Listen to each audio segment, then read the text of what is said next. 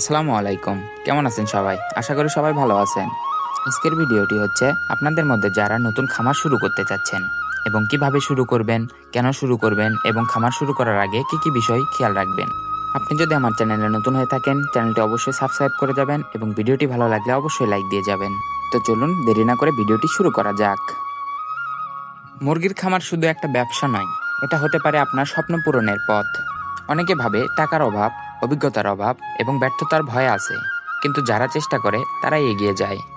আজকে হয়তো আপনার হাতে বেশি পুঁজি নেই, হয়তো খামার ছোট হবে, কিন্তু মনে রাখবেন ছোট্ট শুরু থেকেই আসে বড় সফলতা।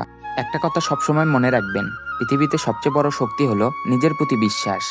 আপনি যদি নিজের প্রতি বিশ্বাস করেন যে আপনি পারবেন, তাহলে অবশ্যই আপনি পারবেন, ইনশাআল্লাহ।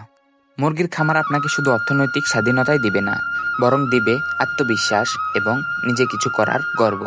তাই আপনি যদি চান যে আপনি খামার শুরু করবেন, তাহলে আপনাকে যে বিষয়গুলি একবারে মাথায় ঢুকিয়ে নিতে হবে সেগুলো হলো, প্রথমেই আপনাকে ধৈর্য ধারণ করে নিতে হবে।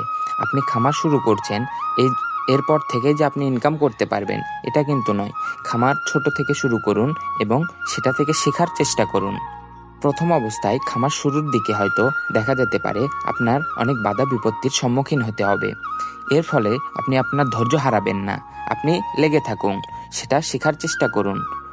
আপনি যদি খামার শুরু করার আগে একটা বিষয় মাথায় ঢুকিয়ে রাখেন, সেটা হচ্ছে যে আমি খামার শুরু করতেছি, এর মানে আমি এটা থেকে ইনকাম করব না, এর মানে আমি এটা থেকে শিখব।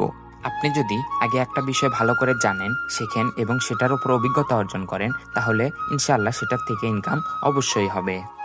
তাই আপনারা খামার শুরু করার আগে নিজেকে এইসব বুঝিয়ে নিন।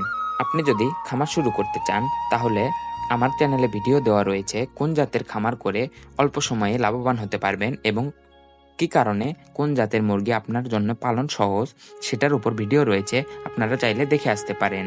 আমার কথাগুলি যদি আপনার ভালো লেগে থাকে, আমার চ্যানেলে অবশ্যই সাবস্ক্রাইব করে যাবেন এবং ভিডিওটি ভালো লাগলে অবশ্যই লাইক দিয়ে যাবেন।